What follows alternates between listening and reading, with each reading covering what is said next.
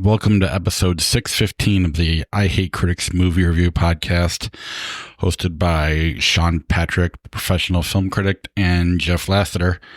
I'm Bob Zero, the executive producer, and before we get to this week's episode, where they're going to talk about Ghostbusters and Roadhouse and a lot of other things, I want to remind you to go to our social media: Facebook, I Hate Critics Movie Review Podcast, Twitter, Instagram, Critics Pod is the handle. Please subscribe to us there. Listen to us at Apple Podcasts, Google Podcasts, Spotify, Alexa, all your podcatchers. Subscribe to the show, rate and review the show. We'll read your reviews on the air. What else do we got? YouTube. Listen over there. Everyone's a Critic Movie Review Podcast. Click on the little bell to be notified when a new episode drops. Patreon.com/criticspod is the best way to help support the podcast. Our TeePublic page is over at ihatecritics.net. That's also where you can find all of our websites. And I don't have it on me right now, but please check the show notes for Sean to read Sean's professional film critic movie reviews and get Jeff Lasseter's art. All right, let's get to the show.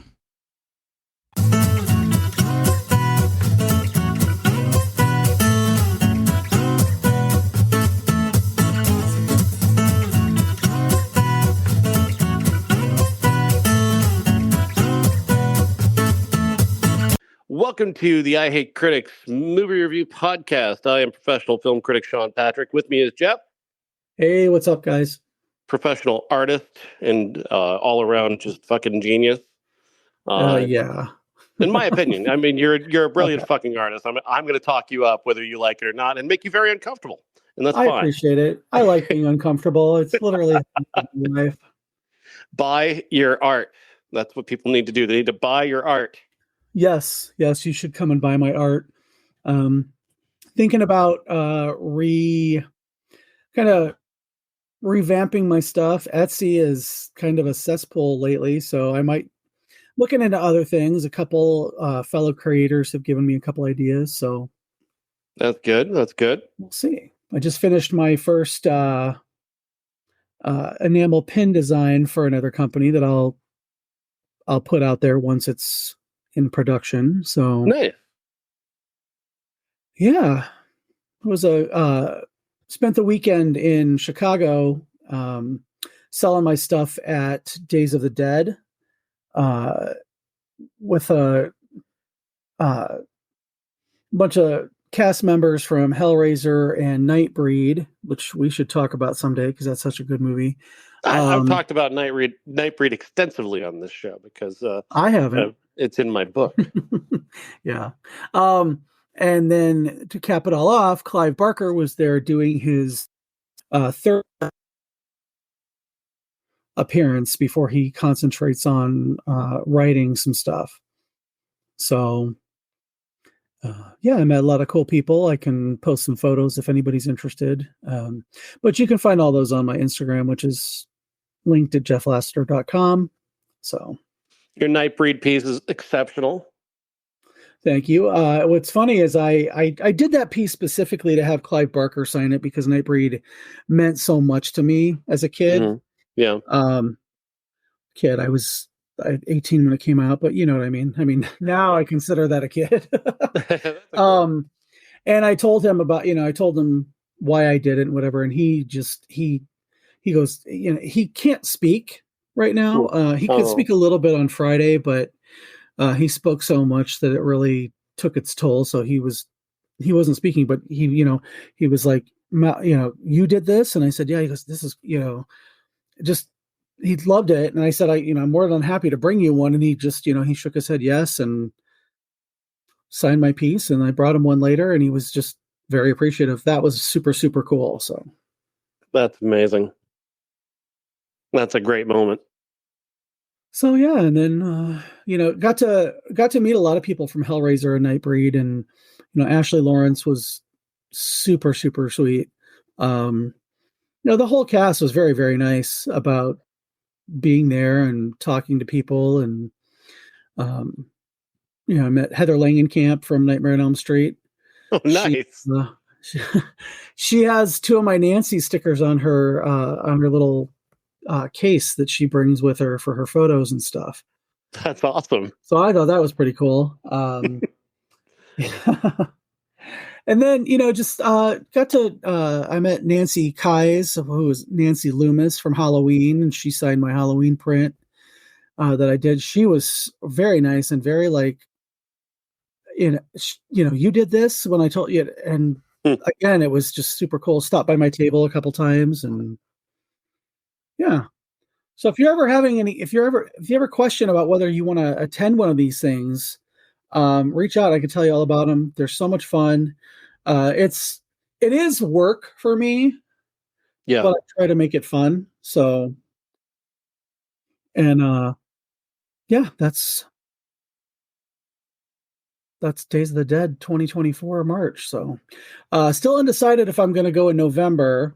A couple other things I have going on this year, but not too many. So I'm still trying to decide where to allocate my resources. Sure. So, makes sense. So the more stuff you guys buy of mine, the more I can do these. Just saying. Yes, exactly.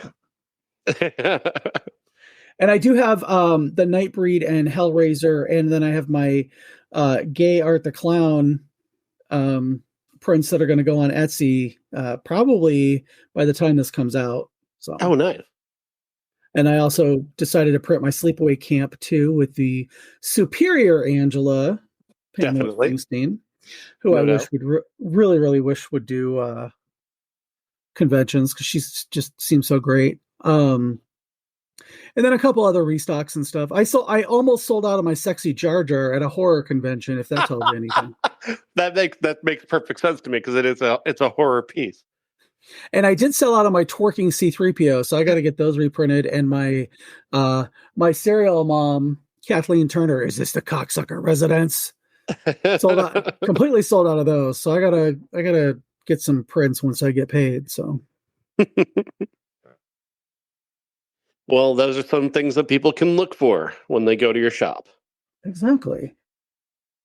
All right, let's talk about the new movies this week because there's plenty to talk about. And we'll start with arguably, and I say arguably in the best possible way, arguably the best movie of the weekend, Late Night with the Devil, starring David Dastmalchian, directed brilliantly by Colin Cairnes and Cameron Cairnes. This is a very unique thing. It sets it up kind of as a piece of lost media, and lost media has kind of always been a fascination of mine ever since dating back to, that story about the Florida newswoman who shot herself on TV. Yes. Yeah. Rebecca Hall was in a movie about her. Great performance too. And I've been obsessed with that ever since. Not that I desperately want to see it, but just knowing that happened and hearing stories about it made me fascinated with lost media. And so I've constantly picking out these YouTube videos about lost media and hearing about all these various things that have happened on television that maybe are lost forever. And so that this got me right off the bat. I was in because they tell the story right away that this is like a broadcast that is infamous and thought lost for years, and we present it to you now as it aired that night, and it's like, that's cool. That's such a great way to start. And then we get into the aesthetic, which is just a pitch perfect recreation of 1970s TV. It looks like it was videotaped in the 1970s, which is fantastic. And then, David Dastmalchian is not a guy who is a typical looking guy, but when you think about talk show hosts, they're not the most handsome. They're usually they're there to make handsome people look even more handsome. He's perfect for this. He looks like a guy who should have been a character actor in the 70s. He looks like he should have been in Dog Day Afternoon. Like, that's the Dastmalchian is. The fact that he plays a talk show host in this, he kind of has a Tom Snyder look. And I know that a lot of people don't know who that is, but he used to, there was the Tonight Show. And then after the Tonight Show, he hosted a show called Tomorrow. Mm-hmm. Which was usually on after midnight. So he's got that vibe going on. Also a young Christopher Lee. Yeah. With that hair. So, but he definitely seemed like a 1970s talk show host. They give him a backstory about how he left morning radio to challenge Johnny Carson. He rose up the ranks and even came close to beating Carson, and things happened, and he started to go on a decline. His wife got sick, and he has her on the show in this desperate ploy for ratings, and that sets up the whole story about this infamous Halloween night broadcast in which he is trying to rescue his career, and all these things that happen from there. Absolutely brilliant. The way that Dastmalchian pulls this all together, he feels so authentic. He feels so right. And then he introduces this guy, Christou, who's the first guest of the night, Faisal Bazi, who is a mentalist, and he's talking to the crowd. He's doing the thing that mentalists to do. There's just they start off just a little touches of things going wrong and things getting weird, and then what happens to that character is fantastic.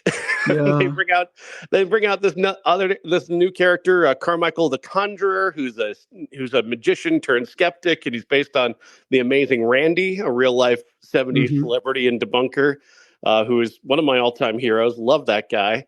And finally, they take on just this very almost straightforward style of possession horror when they bring out their final two guests, a little teenager and her doctor, who the teenager is supposedly possessed by a demon. And I love this movie, Jeff. I thought the aesthetic was brilliant. I thought the horror was fantastic. I thought the choices that they were making, the way they layered this story in, they gave you all this backstory, and then they're continuing to kind of drop in lore throughout, all while showing you this tape as it supposedly happened that night. It's such a clever idea, and it's such an exciting idea, and it's so well accomplished. Very recently have had just a bunch of good movies in our rotation, and this is possibly the best this year. Mm-hmm. And I don't know if it was just, it capped off Sunday for me. I got up at 5:30 just for no reason. I just couldn't sleep. And then, went to the convention and waited in line for Clive Barker and set up my table and had a good day. It was, good seeing everybody and meeting some new people, and then rushed back to the Quad Cities to see this because when I'm at a convention, it's really hard to go do stuff like this.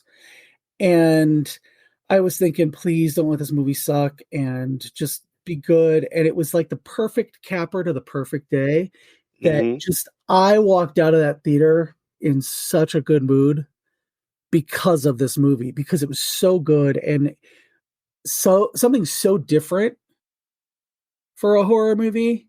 But it was based in reality, in that, this is the kind of stuff that these shows would do in the 70s.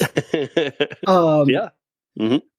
And David Dastmalchian is just, he perfectly embodies the role, and he's got that veneer of talk show hosts throughout the first half of the movie, where it's just, it's, even though he's suffered a great loss with his wife dying and, his ratings are starting to plummet a little bit, he still has that perfect veneer of, I can, this is just who I am, and this is such a great idea, and we're going to have a great show. And and then when he lets it crack, like the cracks in the facade show through, you just like the briefest glimpses on his face. It's just so it's real. Like little waves going across his face, like almost like an interrupted transmission. It's really great. And there's one moment where it's just one bead of sweat. It's just so good. It's so good. Yeah, all the performances were so real for me. Yeah. It just, when Carmichael is being a blowhard, and and he doesn't quite expose the way that mentalists come in and say, oh, I'm getting this and I'm getting that, and then somebody shouts it out, and they're like, I could say to you, knowing that your mom's name began with an S, but even if I didn't, I'd be like, I'm getting a name and it starts with an M. No, that's not it. And then you might say, is it an S? But he never quite does that. But he starts to hint around at it. Right. And I got the distinct impression that if he let all his secrets go, that he wouldn't have anything to do either.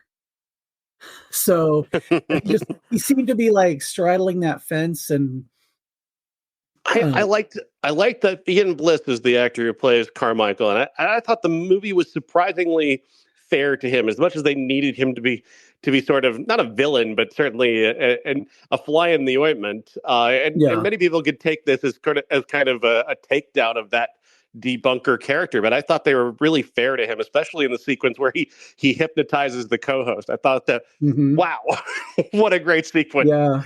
It was so great, the way they did that. And then they followed that up brilliantly too. It's so good. Everything is these intricate puzzle pieces. There's a moment early on where Christy, who again, that guy does a fantastic job.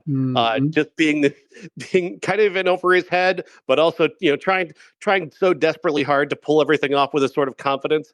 I loved that. I loved the sort of striver quality to him. Faisal Bazi, he's really terrific. But they go out to the crowd and they find a guy, and he's sitting behind another guy who's in a costume, and that costume is like something out of a fucking Ari Aster movie. And I'm like, fuck yeah, dude. Yep. That's there for a reason. I love this. Well, and see, I'm like, is that the devil there? I mean, is it actually somebody who's just in costume, or is it somebody? Is it like a manifestation or something? It's just the first indication that there's something off. And that's so good. It's such a great seed to plant to begin the portion where you're going to take this off the rails. When you find out what happened to Christou is another, it's like turning up the electricity in the room for a moment. Yeah. And the movie is just so good at doing that. And take it down a little bit. Like again, that sequence with Carmichael trying to debunk the hypnosis, like that took it down for a moment. And then you're like, there's kind of a couple times where it doesn't feel like there might be something supernatural going on. We might just being manipulated by television, and the movie's very open to that idea. And you have to see the movie yourself to find out for sure. It's all just so very, very good. One of the things too that what you just said about is this all being manipulated? I kind of the guy that Christou starts talking to seemed like an audience plant to me. And decide, he was like, I'm going to be the audience plant, and I'm going to, he gets up and he just starts telling jokes. So that's what made me think he was an audience plant, and that, okay, maybe this is just, they did this for ratings or something, but they, it's not really like the devil or something like that. Yeah. So it gets kind of a weirdly genial start. Yeah. And again, that's the 70s and 70s and early 80s on these kind of shows. So everybody's genial and happy, and you could see this on an episode of Merv Griffin in the 70s. Oh yeah, Jack Douglas or any of that. Definitely would do shows like this that were just kind of weird and off and unique and different, and everybody's trying to find a way to get around Carson, who's got the lockdown on all the big name celebrities. Yeah, and I did a unique way to appeal, and that certainly is one of those unique ways. I did like how they did all the little tropes that Carson used to do, where they would do skits, and they the lady from the San Diego Zoo on, whose name is escaping me, with the with the strange and interesting animals, and then they turn that all on their head at the climax. Yeah. And left you wondering what actually happened. How do we explain? Is there an explanation for any of this, or is it just, like, is he having a breakdown even? Yeah. Because he did lose his wife, his ratings are tanking. He's probably going to lose his show. And is all this stuff happening, or is he just having a breakdown about it? Right. And then, of course, there's those little seeds planted about a redwood forest in California. And taking it over whatever the is. Yeah. The little seeds, just little seeds planted here and there to just continue to throw you off and change the story. Change the story around. It's just, I love this movie. I did too. We're going to talk about another one that I absolutely loved as well, but not Ghostbusters. I didn't see that. But this was, if I had to put those two like head to head, this was probably my favorite, just based on growing up in the 70s and 80s and seeing all this stuff firsthand, and then how good they got it. They nailed it. They absolutely nailed it. And it's not even just the storytelling, it's the aesthetic of it. It's just so good. The direction is so smart, and so it's just so well crafted. The sound, the lights, the everything, the way the manipulation of the videotape is so good. And that's the thing that great directors do. And we've got a pair of debuting directors here in this movie, and of course the other movie we're going to talk about has a first-time director as well. And it's like this is like a bounty right now with these new directors coming along and just blowing us away. And it has been a really good year for horror movies and horror adjacent movies. So, I mean, but is this week the peak? Because I wonder. I mean, I do wonder, because I mean, you get two movies like this on the same weekend, and I hope they didn't. I hope they didn't take away from each other in terms of audiences. Did you see that they advertised that on Sunday? This movie, Late Night with the Devil, made $666,666 I heard box that. office. I mean, I know they do that shit for like, publicity, and I'm sure that's not what it was, but I just thought that was hilarious that they, let's do that, because one of our other movies had a really good advertising campaign that came out of the weekend too. So. Well, let's talk about the other great movie this weekend, Immaculate, starring Sydney Sweeney, and directed by, again, another first-time director, Michael Mohan. This movie is about a nun who gets a job She goes to go to a convent in Italy after her convent shuts down in Detroit, Michigan, and she's invited there to be at this convent, which is essentially a hospice for elderly nuns, which is quite a calling for a nun to go to. And so obviously she would be very interested in doing that. And she goes there with that plan to minister to nuns who are heading out of this earth into the next life. And her job takes an immediate turn when she arrives there and she falls ill and finds out that she is pregnant. She has never had sex with a man, and this is thus termed a virgin birth. And thus her job then becomes mother to the next savior. And what I love about Sydney Sweeney's performance is that she's not this naive waif, but she's also not somebody who's very worldly.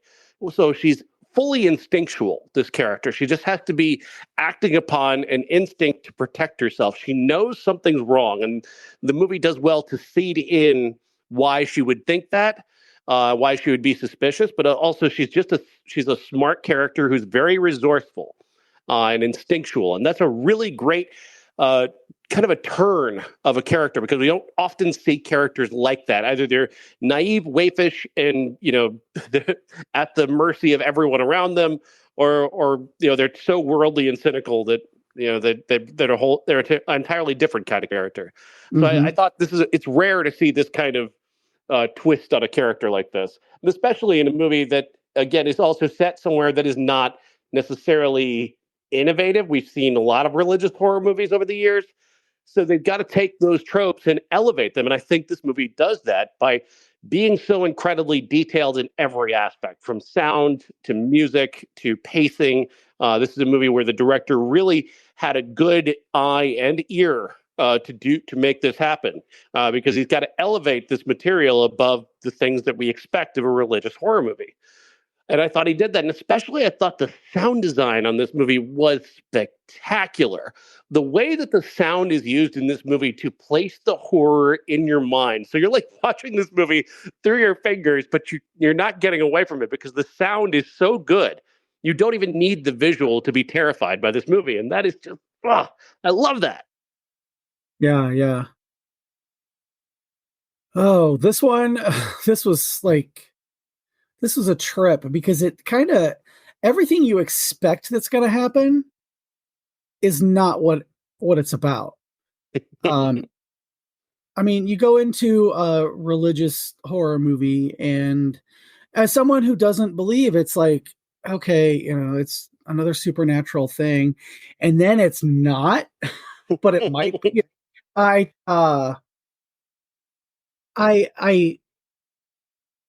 really struggled to find anything about this to criticize, because I'm like, okay, it's just another religious horror movie. And then I got about halfway through, and I'm like, there is literally nothing that I can, there's nothing that I dislike about this movie. It's smart. It doesn't shy away from anything. And I mean, from the first scene to the last scene. Oh yeah. But I kept, I mean, we did have Chekhov's nun in the first scene that I was assuming was going to pop up somewhere else, but she didn't. I thought that opening sequence was exceptional. Part of what I love about this movie is that it grabbed me instantly. And again, it was the sound design, because you ever notice how when you're home and like you have other people in your house and you don't want to wake anybody up and it's dark and you don't want to make any noise, suddenly everything about your house is louder. Yeah. This is a universal experience that everybody has had. And this movie is so smart in the way it uses its sound. It seems to turn up the sound of whether it's keys or a drawer or just a loose floorboard. Everything just seems a little too loud. And I loved that. Yeah, the first scene when the unnamed nun is she's trying to get the keys from Mother Superior. It's like, and they are so loud. It was like opening one of those, like when you go to the grocery store and they make their own cinnamon buns or whatever. It's like opening one of those things in the middle of the night. So loud. So loud.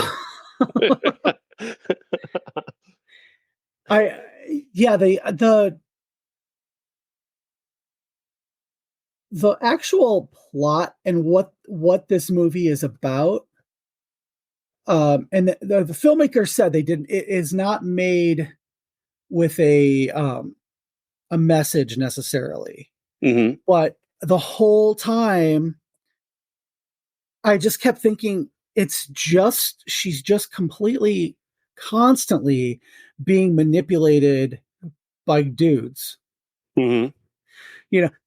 She is completely at the mercy of men throughout the movie, and doesn't like that. And she's bound and determined that she's going to be her own person. And I feel like, her fervent belief that she was saved for something Mm-hmm. kind of made her think, well, I guess this is what I was saved for. And then she realizes what's actually going on. She was like, I feel like that's the moment where she's like, you know what? I don't believe any of this. This has all been a joke to me. When she finds the dossier on her and, that says, basically kind of reiterates the fact that she thinks that she was saved for a greater purpose. And she's like, she just gets this look on her face like, my only purpose now is to live my life for myself as opposed to God, who I don't even know if she believes in by the end of the movie. The scene where she sees her one ally being tortured was kind of the turning point for me too. I felt her. She finally said, "Oh, this is not right." And what are they going to do to me if I don't do what they say? So, yeah, and we're leading up to the final act of this movie is so good. It picks up the pace in such a perfect way because at that point, it's reached a point at going into the third act where where can this possibly fucking go? And then they found that next gear where they make it into this endless chase, and then it's all leading up to this final moment that is just spectacular. They put it right there in your brain the whole time. And I loved that so much. How the horror was so much greater in what I was thinking was happening and what I I know what was happening, but I mean what it was happening to. I don't want to give it away, but the horror just thinking of what that was greater than the need to see it. And I loved that. Just so good. When I first saw the ending, and I'm not going to give it away, I'm going to try to speak as obliquely as I can about it.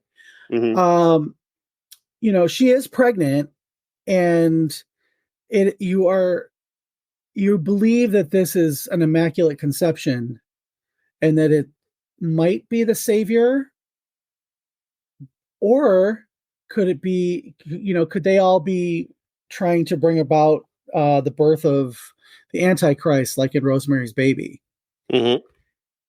And then when you find out what's kind of like the real life part of this, it's just like, oh, and then you see different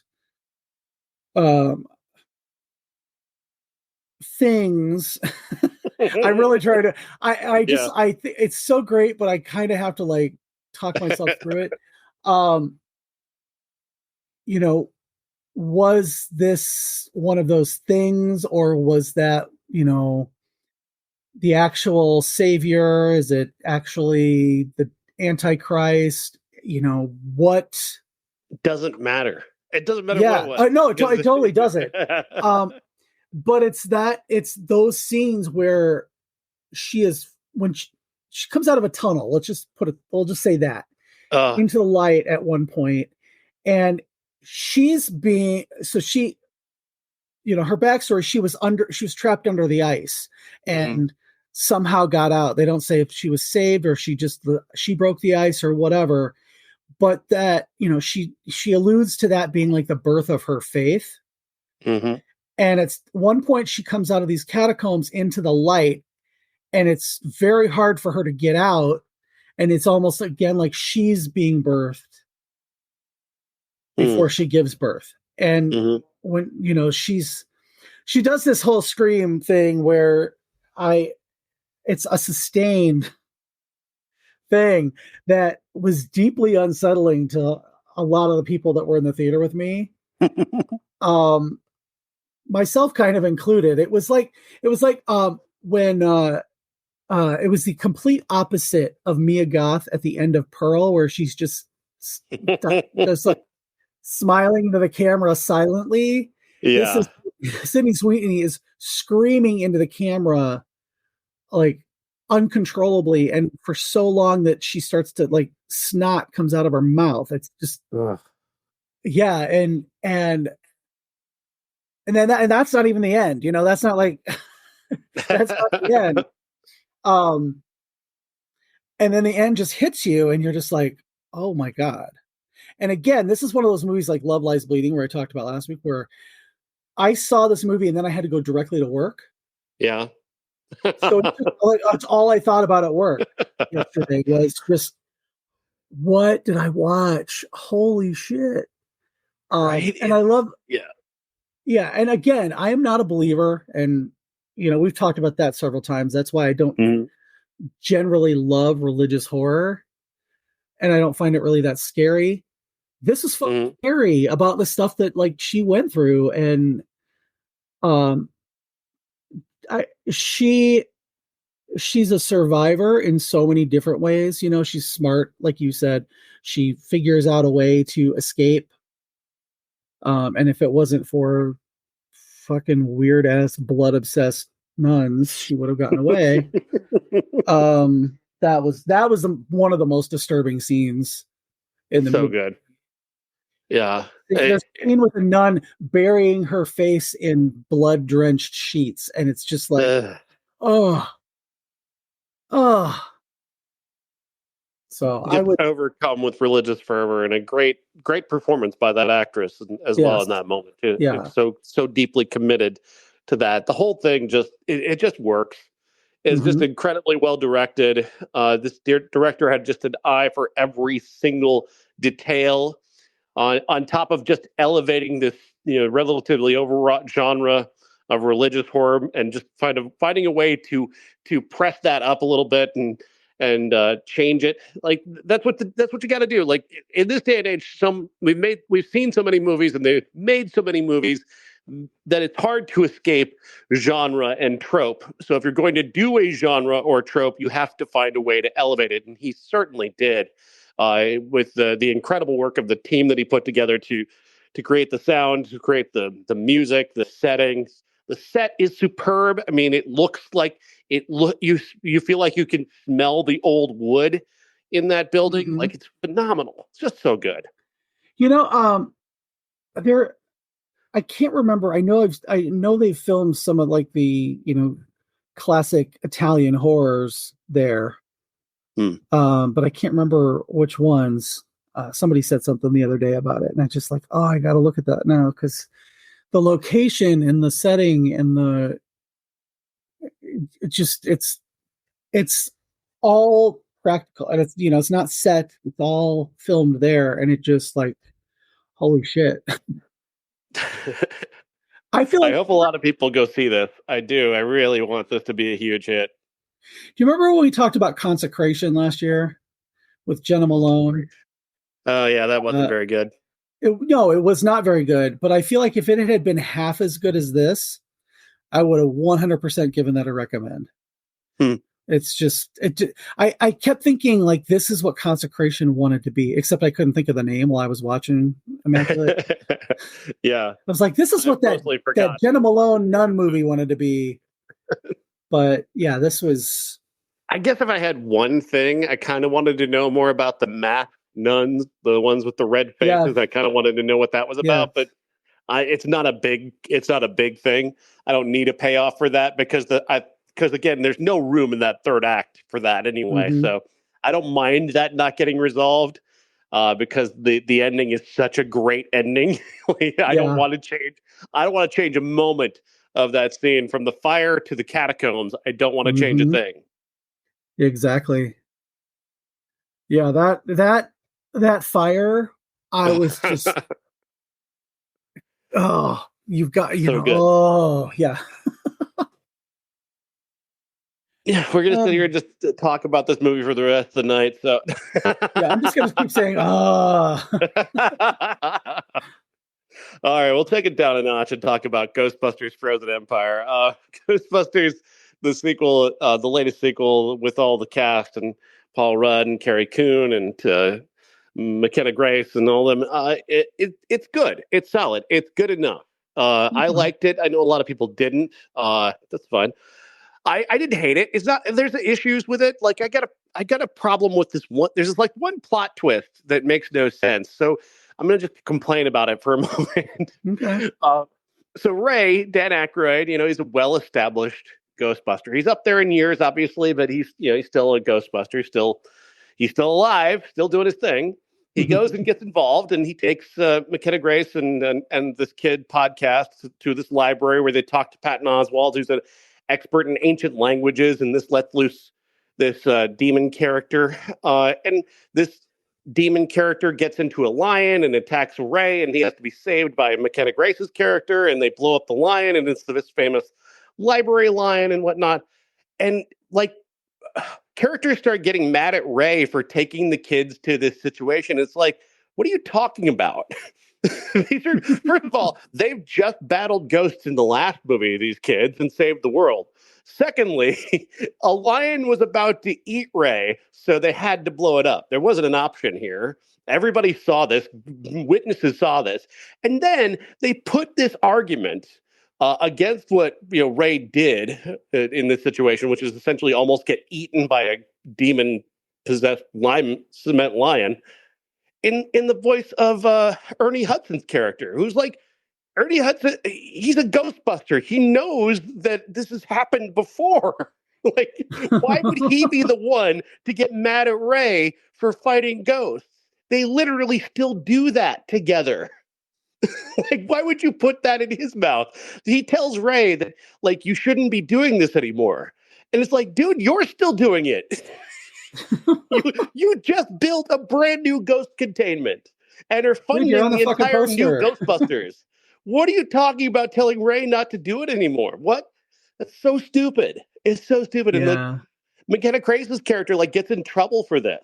She saved his life from a raging demonic cement lion, and she gets in trouble for this. And it's like this dumb, needless roadblock that doesn't belong in the movie. That's weird. That's it. I mean, everything. It's still pretty funny, and it still pretty much works. Everybody shows up and does their thing, and it's funny. I really enjoyed the Camille Nanjiani's in the movie, and I really enjoy how they use him.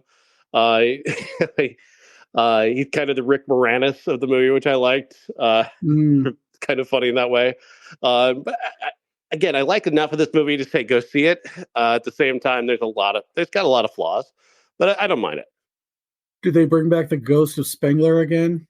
No, he's not in this one. Okay.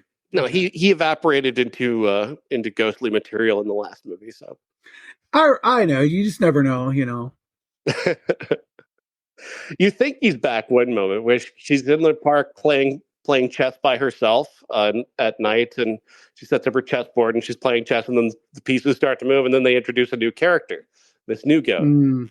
And I love there's a concept they introduce here that ghosts have like things that bind them to the earth. Like it's not a new concept. It's kind of something they've talked about before, but they kind of give it a little new life here, where they have this machine that they invented that can separate ghost matter from regular everyday things that hold them in place.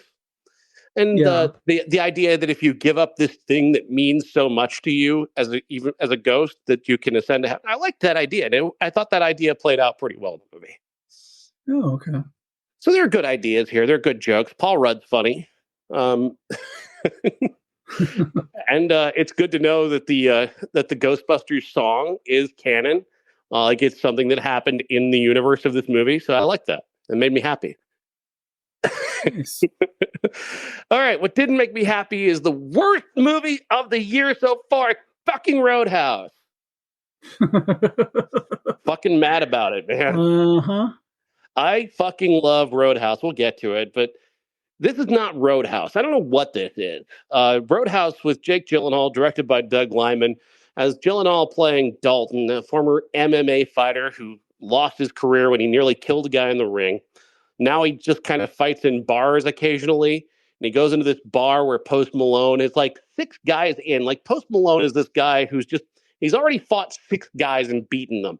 Then watch this Dalton character is this well-known MMA fighter, and he wants to fight next. And Post Malone's like, fuck that. I've already been through 6 fights tonight. Fuck this. I'm not fighting this fucker. And he walks off. And it's like, this is how you're introducing your heroic character?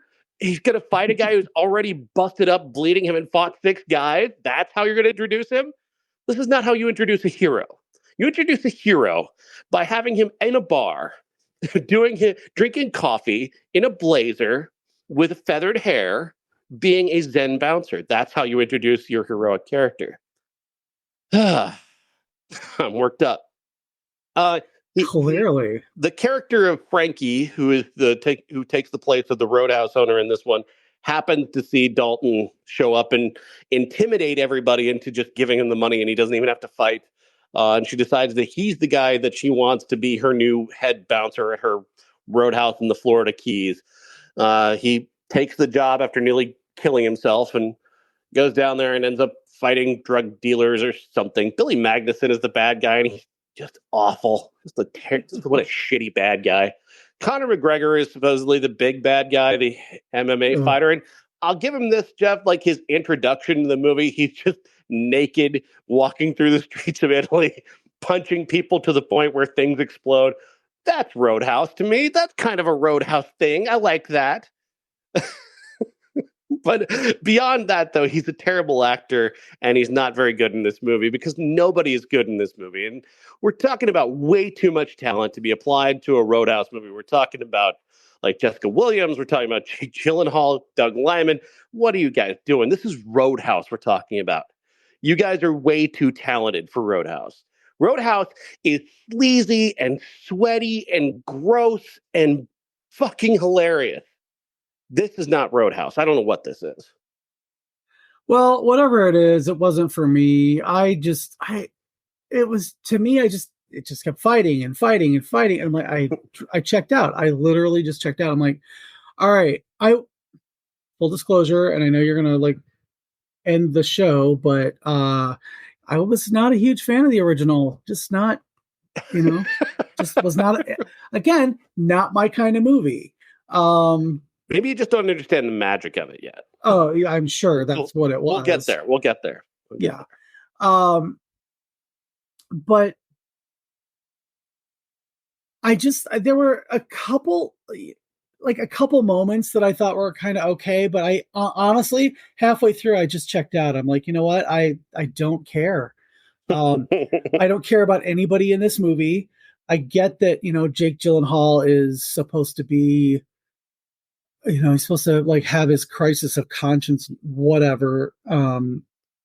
But no, it was terrible. It's awful. And then the romance character, he falls in with this doctor played by Daniela Melchior, he's way too old for, first of all. I know it's only like a 13-year age difference. It still is like, it felt wrong to me. But anyway, they also have the chemistry of like cousins who aren't quite sure where they land on the family tree, like that kind of sexual chemistry.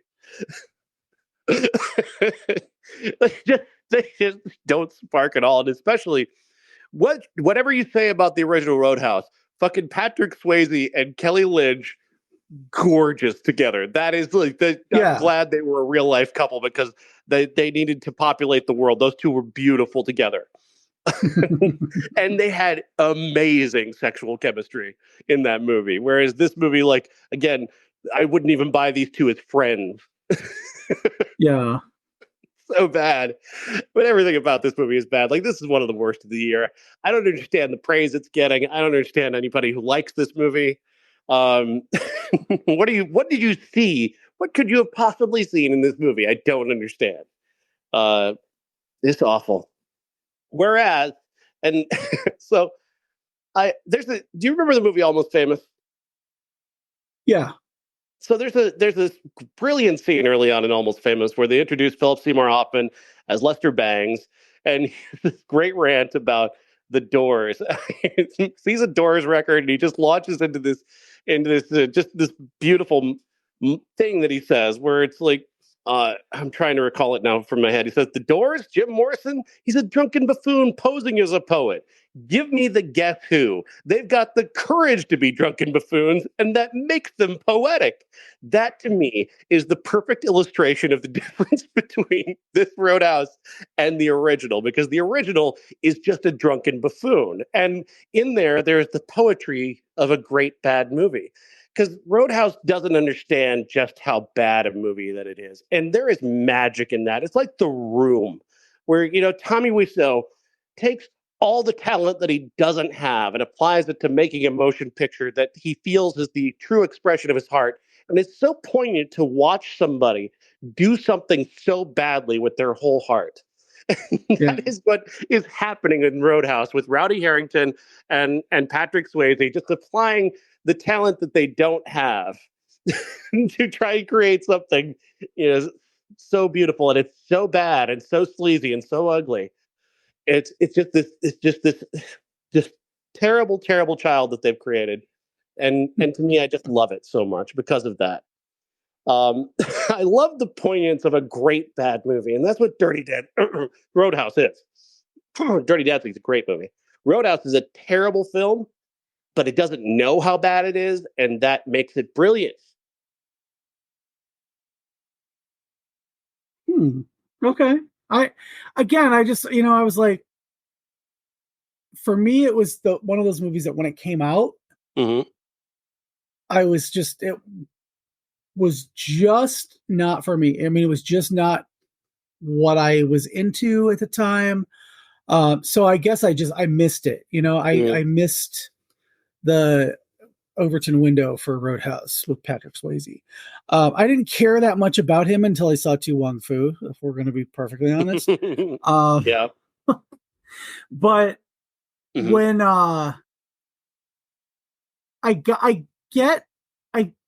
as an adult, I can understand why it's popular and what people would see in it. It did not survive the sleep test because I did fall asleep towards the end. Sure. Towards the very end, they were kind of starting to wrap things up a little bit. And did you see the throat rip? Did you get to see the throat rip? Did see that. Yes. Good. Again, because there's not a single throat ripped in the new Roadhouse. Not one throat gets ripped. And there really should have been. I mean, he like breaks the guy's trachea. Like, just rip the throat. Rip the throat. Yeah. You're right there. Your hand is right there.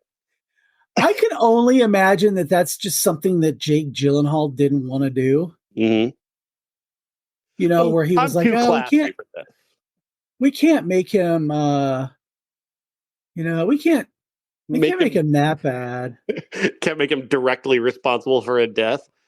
Yeah, I will say, however, that I did like the scene in the new one where he just the guy just starts getting eaten by an alligator. I was like,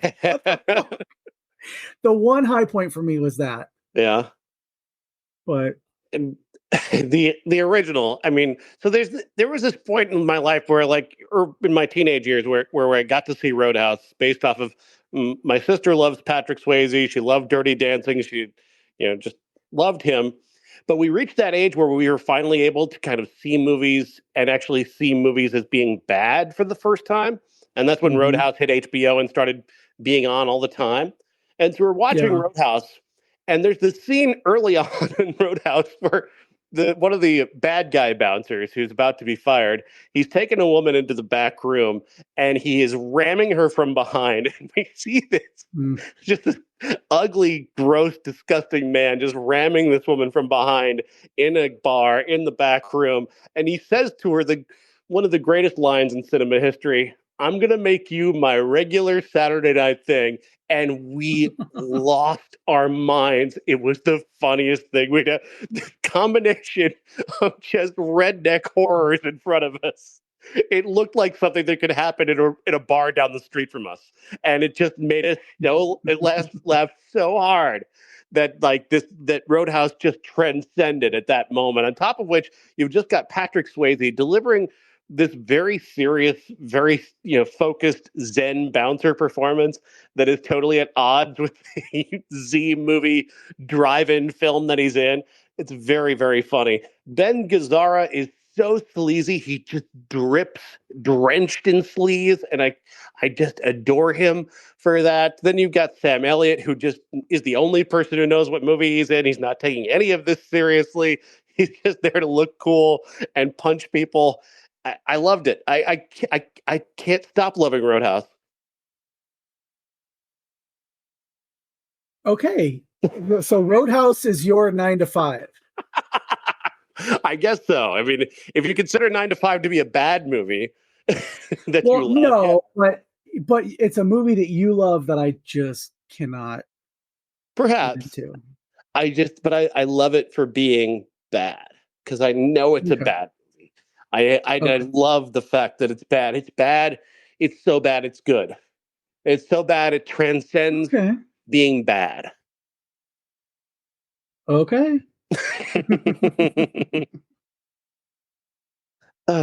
There's this great Family Guy bit where it's one of the greatest bits in Family Guy history. Peter Griffin is just driving his car and he's just watched Roadhouse. So now instead of using his hands, he just kicks the wheel and just says Roadhouse, Roadhouse.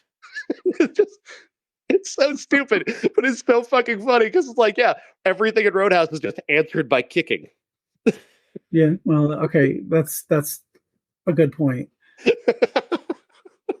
There's no problem that can't be solved with kicking. Jeff, I'm not looking forward to next week. What's next week? It's Godzilla and Kong. Oh. Like, we just got a really good Godzilla movie. Can't we let that breathe for a little while? Yeah. Okay, love Kong Skull Island.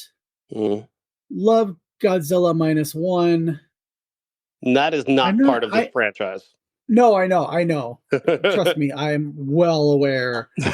This does look like hot trash. The baby King Kong is, oh, God. It's like the 7th season of a sitcom where like just toss in another cute kid to keep people interested. Now King Kong's a dad. Don't you want to see King Kong be a dad? No, I don't want to see King Kong be a dad. Absolutely fucking not. I do not. Have him climb a building again or something. I don't know. Or just don't make another Kong movie. I don't know. I would much rather watch a rubber-suited Godzilla versus a fursuit ape guy in Japan on tiny sets than watch this. Agreed. I'll try and be as fair to it as possible, but I'm not excited. I've got one movie I am excited about next week that I've actually already seen, and I won't say too much about it, but I was surprised by the new Liam Neeson movie, In the Land of Saints and Sinners. It's better than you might expect, so there's that. I don't know if we're actually getting Winnie the Pooh Blood and Honey 2. I know it's going to play Thursday night for sure, but I don't know if it's actually like opening or if it's just one of those. It's playing Thursday night. I guess I'll call off work to go see it. No, I'm kidding. God, I couldn't even get through the first one. I thought, okay, it's hilarious. Every time something goes into the public domain, they make a horror movie of it, and that's funny. And then I tried to watch it. Ugh. Yikes. Yeah, not good. Sean Penn has a new movie called Asphalt City that is also coming out this weekend that I'm going to watch tomorrow. So I can't wait to not there's all of that coming next week. It's going to be a big letdown from this week, that's for sure, where we got two best of the year candidate movies. Yeah. It's definitely going to be a step down. I can't think of course, like this past weekend couldn't have been Kong, where I would have said, you know what? I'm sorry. I'm going to skip that because it's not worth driving, 90 miles an hour to get home in time to see it before I pass out. Whereas Late Night with the Devil was, I wish that next week was these, like, even if it was Ghostbusters next weekend, it's like, yeah, but I don't know, little flip chart. Yeah, I can do that. All right, we've got The Wicker Man 2006 versus Stealing Harvard with Tom Green and Jason Lee. The Wicker Man. Yeah, just for the bees. Not the bees! The bees, not the bees. Annabelle Creation or Hitchcock's Saboteur, 1942. Saboteur. Although, and the Annabelle Creation is probably the best of the Annabelle movies. Just saying. Low bar. I know. Fully aware. Let's see here. What do we got? Encanto or The Mission, 1986. The Mission. Yeah. Nothing against Encanto. It's fine. It's fine. Footloose, 2011 or Harry Potter and the Half-Blood Prince. Harry Potter and the Half-Blood Prince. Yeah. Transformers: Age of Extinction or The Squid and the Whale. Can you give me two more different movies? The Squid and the Whale, please. Let's see. Staying with the Jesse Eisenberg theme, The Social Network or 12 Years a Slave. The Social Network, because I cannot watch 12 Years a Slave again. Yeah. And did I ever tell you I sold Jesse Eisenberg a home projector when I worked at Best Buy in New York City? Yes, I did. Oh, wow. That's cool. He's very nice, by the way. He's one of the most chill guys. And his manager came in first and he's like, "Hey, I'm going to bring somebody in, whatever." And then talk to me first. And he's like, "Okay, you seem decent enough." He just wants to shop. And I said, "Okay, cool." And then we had this guy named Hans who worked there who, oh my God, and ran and bought a DVD to have him sign. And I was like, dude, I said, and I apologize. He goes, "It's fine. I think, is he slow?" And I was like, I said, "No, he's just an idiot." All right. The Killer 2023 or Dumb and Dumber 2. Oh, did we watch The Killer? I did. With David Fincher? Okay. Yeah. Okay. There's so many names totally that. Yeah. Have you seen God Bless America, Bobcat Goldthwait's movie? I have not yet. It's worth it. It's worth it. 2011. It was that one or Hairspray 1988. So we'll skip God Bless America because only I've seen it, and we'll see if we can get an actual movie here. Cartoon short. All right. Belle de Jour 1967 or Hairspray 1988. I did not see Belle de Jour yet. Have it. Sad. Belle de Jour is amazing. But I love Hairspray. I love John Waters. I'm so happy he's making another movie. He is. Oh, wow. Yeah. He's adapting his novel Liarmouth. And I'll let you read the synopsis. It's really funny. Aubrey Plaza is going to play the lead. Oh, nice. There was ever somebody who should be cast in a John Waters movie, it is Aubrey Plaza. It is kind of perfect. All right. Poltergeist or Stalker 1979. Poltergeist. Stalker for me. Poltergeist. I don't love Poltergeist. Coin flip goes to Stalker. Sure. All right. Outsiders or Weird, the Al Yankovic story. I have not seen Weird yet. Oh, it's really good. Is it? Highly recommend. Okay, you can pick that if you like. I'm sure that. All right. Red 2 or Sherlock Holmes 2. Yeah. Red 2. Fishing with Gandhi. Well, I'll just say Red 2 because I am not a Guy Ritchie fan in general. Red 2 wins. He's Guy Ritchie is like Matthew Vaughn and a lot of tequila. I think they're about equal. I don't know. I don't mind. Yeah. I don't really mind either of them. They're not great all the time. They're not bad all the time, as far as I'm concerned. Fast Five or Surf Ninjas? They're not the same movie. Shut up. Oh my God, Fast Five, I guess. Yeah. Hey, Jesse Eisenberg again. What do you know? The algorithm listens. Now You See Me or Catwoman? Can I say Catwoman? Because I think it's one of those movies that is so bad it's good, and it's kind of a guilty pleasure. So I'm going to say Catwoman. Oh my God, no! I said no. Now you see. Oh my, wow. Yeah, I couldn't in good conscience. No. Hey, he was so nice to you. Why would you do that? Catwoman has great memories for me. Robin Hood, Prince of Thieves, or Poseidon 2006? I don't like either one of them. They're both kind of. Poseidon is genuinely bad. I think at least Robin Hood kind of has moments.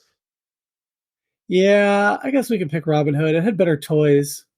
It's got the Bryan Adams song, which is not a good thing as far as I'm concerned. Fucking hate Bryan Adams. Oh my God. Fighting with My Family or Beauty and the Beast 2017 live action? Fighting with My Family. Heck of a good movie, isn't it? Yeah, Florence Pugh, always going to pick her.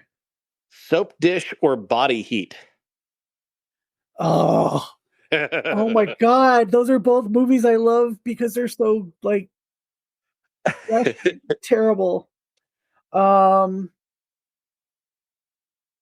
Okay, I got a Body Heat. Dish. I'm gonna pick Soap Dish because that's a movie that I could just have on in the background. It's like Drop Dead Gorgeous. I can turn it on at any time, and I can, I don't have to pay attention to it, and it can always just be there. Whereas Body Heat, I have to sit down and watch. So I'm picking freaking Body Heat. Body Heat wins. All right, let's wrap it up. What do you say? Sounds good to me. All right. Good night, Jesse Eisenberg. Thank you for all you've done for the world. Night, Jess.